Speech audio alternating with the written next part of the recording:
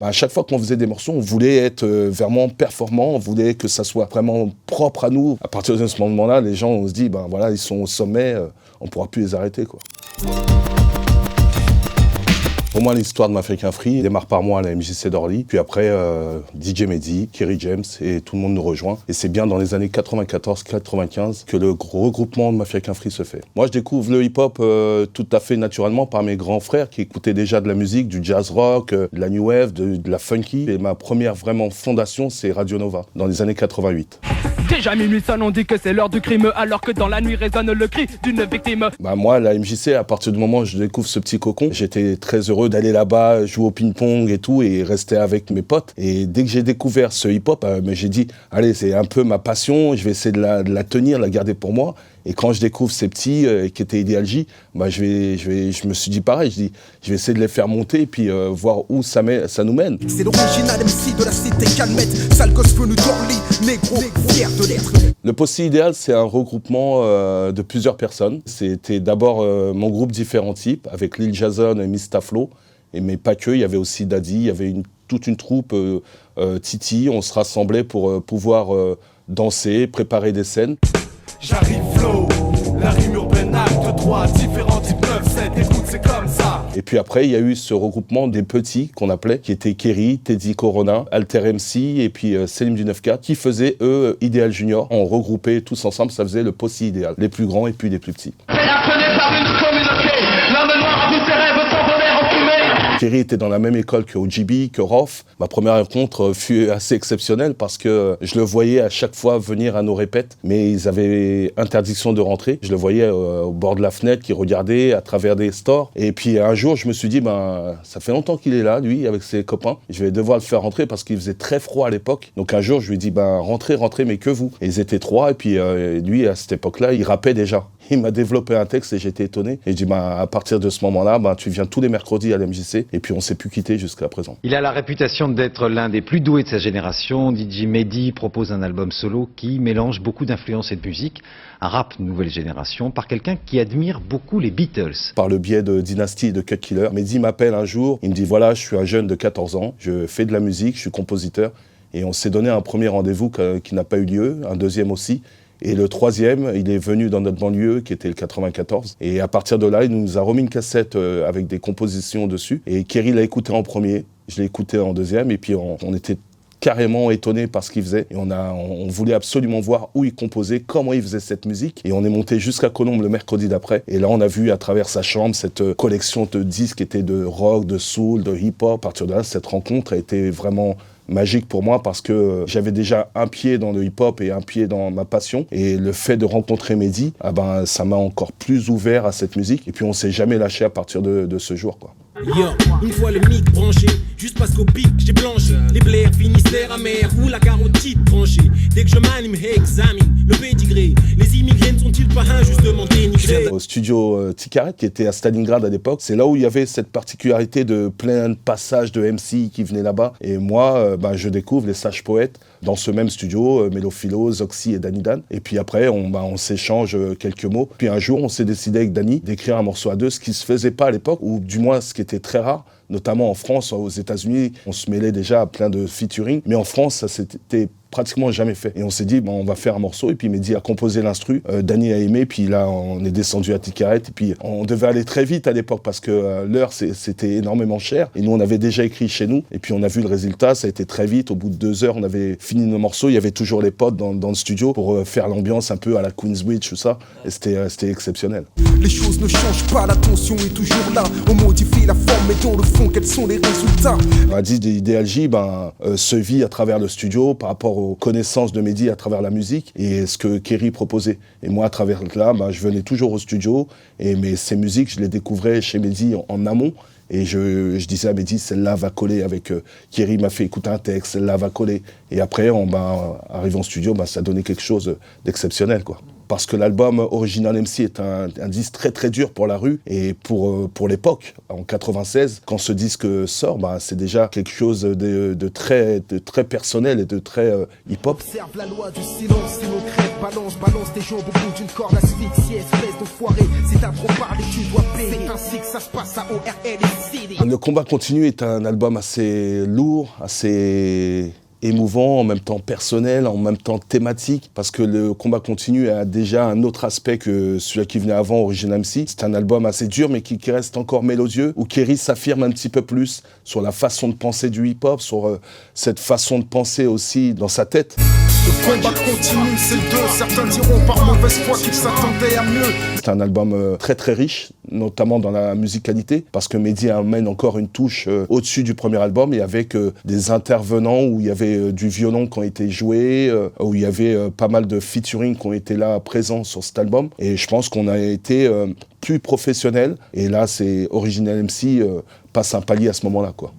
Est-ce que vous voulez que je vous parle de l'attentat des USA à Hiroshima ?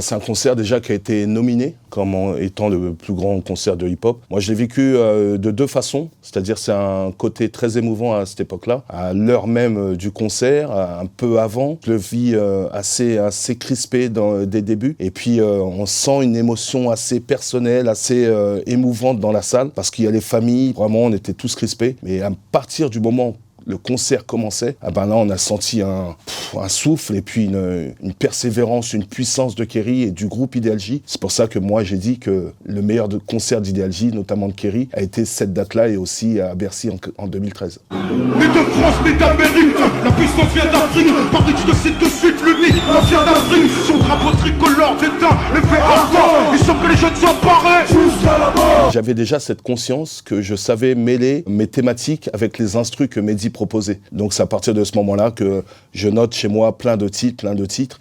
Et puis après, au fur et à mesure, notamment avec le premier album Prince de la Ville, que j'ai pu décliner toutes ces formes de titres, toutes ces formes d'images par rapport au son qu'on faisait, quoi. On sort d'un premier album de 113 qui a été Ni Barreau, ni Barrière, ni Frontières, 1 an et demi avant. J'arrive au top optimal pour les bonnes raclées, les bonnes racailles, avec un son qui te poussera à foutre la caille. On est amené à être signé chez Sony Music et ils veulent un album assez vite des Princes de la Ville. Heureusement, Mehdi avait plein de banques de sons en studio, chez lui, et quand il compose, un jour il me dit de venir à la maison et il me fait écouter des musiques carrément qui n'ont plus rien à voir. Il me dit ouais, j'ai préparé ça pour 113, tu penses que ça va leur plaire? Je lui dis c'est un peu rapide, non? Et quand je lui dis ça, il accélère encore. Et là je dis ah ouais, là il faut voir IQ, on va leur faire écouter une fois qu'on sera à Polygone à Toulouse. Et puis il fait écouter une instru au 113. Et eux, ils avaient un morceau qui s'appelle Ouais Gros. Et ils font ce morceau sur l'instru à Mehdi. Et ça collait tout à fait. Ça faisait quelque chose d'assez spacieux, quelque chose assez...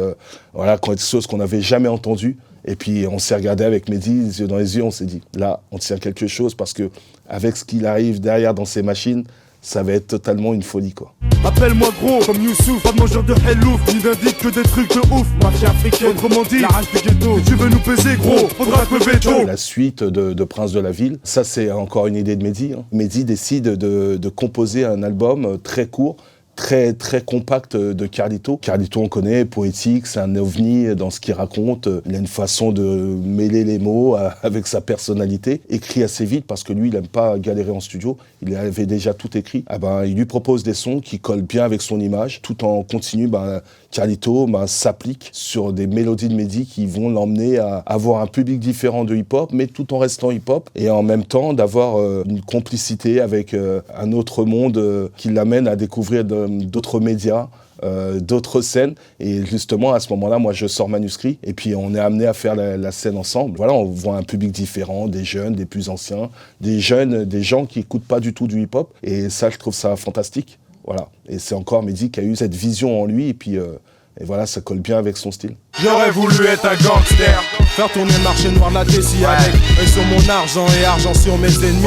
Voyous veulent être rappeurs, rappeurs veulent être voyous. Moi je suis Carlito, regardez pour qui en a le sous. À ce moment-là, tout vient par hasard parce que je reçois l'appel de mon manager à l'époque qui me dit que Sony était intéressé pour me sortir un solo. Et c'est Mehdi qui m'apprend la nouvelle à New York parce qu'à la base on était là en vacances et puis de fait sur internet il lui dit ça, il dit bah viens on va manger un Starbucks, vas-y je t'invite et tout, j'ai une super nouvelle pour toi. Et puis il me dit voilà il y a Sony qui veut te signer. Il dit ah ouais, on commence quand? Il me dit bah quand tu rentres on commence. Et puis à partir de là j'avais plein de textes. Et puis voilà on rentre en studio et puis quand on rentre au studio ben tout le monde a fini un peu ce qu'il avait à faire, c'est-à-dire que je me retrouve avec quasiment toute la Mafia Qu'un Flou en studio. C'est-à-dire que tous les soirs on passe des moments exceptionnels, formidables, avec des avis différents. Mais ce que je voulais c'est d'avoir mes potes à mes côtés et puis avoir ce son de qualité, avoir surtout ces featuring de qualité et c'est ce que j'ai eu sur Manuscrit. Chaud pour le pays d'Afrique, ramène le fric, charge ses jours de paye. On a la couronne et forcément ça pose problème. Rock, Manuquet, ça tue, ça met. Tout ça c'est pas l'aise, ça vient du 9-4 connard. Je vis les mêmes histoires que vivent chaque jour 10 000 banlieusards. Sur Rof c'était différent parce qu'il sortait déjà d'un album Le Code de l'Honneur qui a été apprécié du public. On sait que Rof était un gros perforeur sur les freestyles, des punchlines, du côté hardcore. C'était l'un des meilleurs rappeurs à l'époque. Et là il fallait confirmer avec un album qui s'appelait La vie avant la mort. Donc à partir de ce moment-là, on m'appelle pour réaliser cet album. Il fallait s'ouvrir, je lui dis quoi qu'il arrive, là il faut t'ouvrir un peu avec ta perception du hip-hop, avec ce que tu penses, en restant toi-même. Et il m'a écouté. Et il a bien fait parce que ses titres l'ont emmené plus loin. Quasiment le plus de ventes. Il était sur toutes les télés, toutes les radios. C'est pas facile de bosser sur un album comme ça parce que Rof est quelqu'un de très pointilleux. Donc il faut l'emmener dans une direction avec une certaine approche qui doit être constructive. Et ça, je l'ai perçu avant d'aller en studio. J'avais des idées et puis tout s'est bien passé. Deux enveloppes dans l'une un big up au bled, dans l'autre un big up aux jeunes des cités HLM. C'est pour les mecs avec ou sans permis, des Loki dans le box, la weed dans le coffre et le 20 grammes de pops. Ce morceau produit par Jacques, à chaque fois il me faisait écouter du son et puis c'était le moment de lui donner sa chance parce qu'on voulait un album sombre avec des sonorités assez différentes de ce qu'on avait fait. Il me fait écouter un son, je lui dis waouh, mais ramène-le ça demain au studio. Et quand il ramène au studio, on finissait un son, je lui dis fais écouter le son que tu m'as fait écouter hier. Et là il fait écouter et tout le monde devient fou. Et Rof tout de suite, il pose quelque chose et dit non mais ça fait refrain, ça va faire refrain. Et puis il écrit un truc et puis après tout le monde a suivi. Ou ceux qui aiment les virer by night, quand tu nous croises au volant, celui qui bombarde c'est Mika et Night. Ceux qui n'ont pas internet, matent les faits divers de leurs fenêtres. Mokobe et moi, on décide d'aller le faire écouter à Courtrajmé parce qu'on le voyait déjà. Et quand ils écoutent ce morceau, ils trouvent l'idée tout de suite. On va faire comme si c'était une journée dans un quartier. Tout ce qui se passe dans un quartier pendant la même journée. Et puis nous, on se dit, bah ouais, c'est possible. Et je dis, on tourne quand? On était jeudi, il dit, on tourne samedi. Et puis nous, on est rentrés, et avec Mokobe, on a appelé tout le monde, on a émeuté tout le monde. Et puis le samedi, on a commencé par Orly. Et puis après, Vitry, Choisy, Joinville. Et il y avait une ambiance, il y avait une puissance. Chaque quartier voulait représenter son quartier. Pour les cas sociaux qui te font peur, qui font le beurre, toujours à l'heure exacte, dans les transats, fini sur un transat à Pattaya. Il y a quand même 3-4 gros morceaux révélateurs de la Mafia Qu'un Free. Et celui-là, ça fait partie des plus gros classiques. Parce qu'il y a pratiquement tout le monde, mis à part Kerry dessus.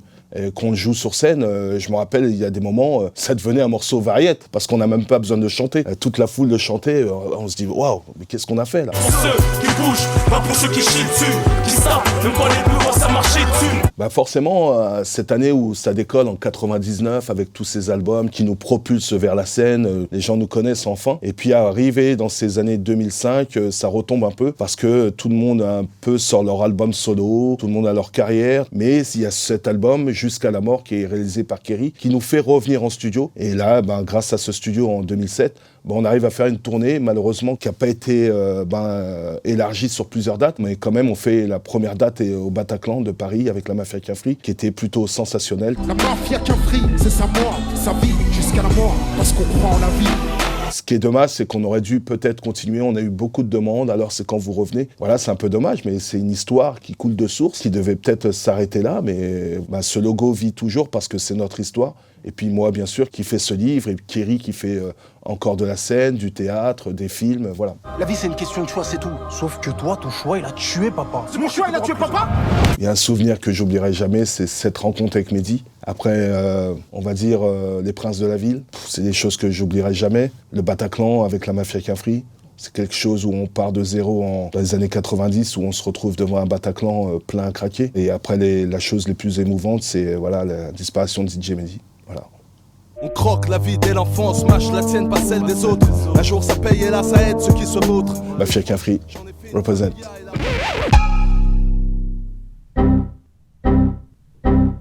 Colmini.